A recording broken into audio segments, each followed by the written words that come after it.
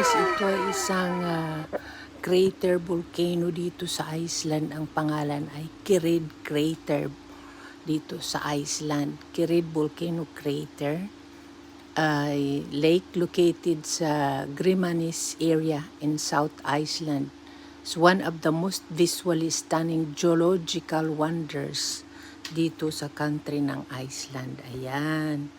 Tsaka we definitely recommended this site to visit. Pwede pumunta sa babaan din.